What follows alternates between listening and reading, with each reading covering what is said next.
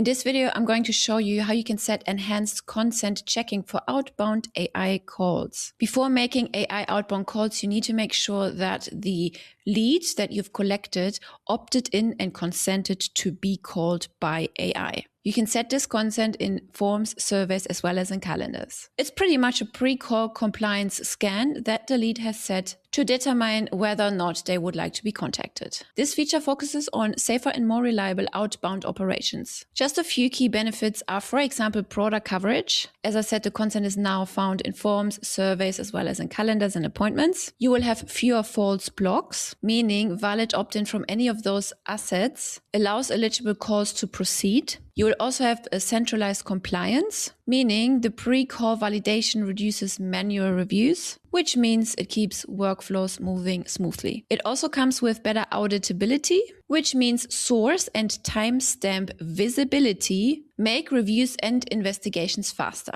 And lastly, it will help you to be future ready, which means upcoming tools, meaning consent text audit and bulk updates, simplify then the ongoing compliance maintenance. So what actually counts as a valid opt-in? A clear affirmative action such as ticking a box indicates consent to receive voice AI calls, or in general voice calls. Make sure you display consent that references voice calls very clearly, and make sure to avoid vague and bundled language. And make sure that the consent submission must be connected to the phone number that you're trying to call. And also make sure that you maintain a language that is region agnostic and also, of course, adaptable to your legal framework. Make sure to counsel for jurisdiction-specific requirements in your local area. Now let me show you how you can set this up. So let's start with forms. Click on Sites on the left, Forms at the top, go to your form builder, create a new form or select the one in question. Then scroll down until you see these consent checkboxes. Click on the little settings icon right here. Then on the right-hand side, you will see these text boxes popping up, which you can then modify. And again, make sure that the phone field is mapped to the contact. So they are connected so that when you make the phone call, you are calling the person who has actually consented to be called. So back to the text box right here. Scroll down and make sure that these fields are then required once you have adjusted your consent text right here. The same thing goes for surveys. If we go back, we then click on Surveys Builder, click Add New Survey or select the survey in question. You would then have the same checkboxes down here by default. You click on the settings and you will have to do the same thing right here. Adjust your text and make the fields required. And again, make sure that the name is connected to the phone number. Lastly, you want to go to Calendars on the left, select the calendar in question, click on Edit, go to Advanced Settings, and then click on Form and Confirmation.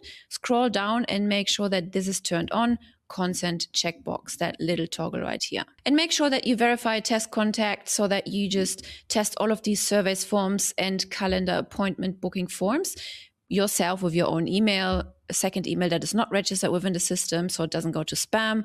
But the point is you test it so that everything is legally displayed and you're not getting into trouble. Please note that opt-out is always stronger than opt-in, meaning a recent opt-out or a DNC flag, do not call flag, will block calls even if they prior consented to be called, because they changed their mind after. Older submissions in surveys and calendars can be considered, again, provided the submission is associated with a specific phone number. To check this, make sure to verify in the contact timeline and logs. You can also check why a call was blocked. For this, review voice AI call logs and the contact timeline for decisions, reasons, and the available consent source. Now, what should your consent text include? It should just be very clear. It should be a clear statement authorizing to be called. You should not bundle the language with unrelated permissions and present it next to an explicit affirmative action. And that's it already. This is how you enhance consent checking for AI voice outbound calling. I hope you like this feature and be sure to check out all of our free resources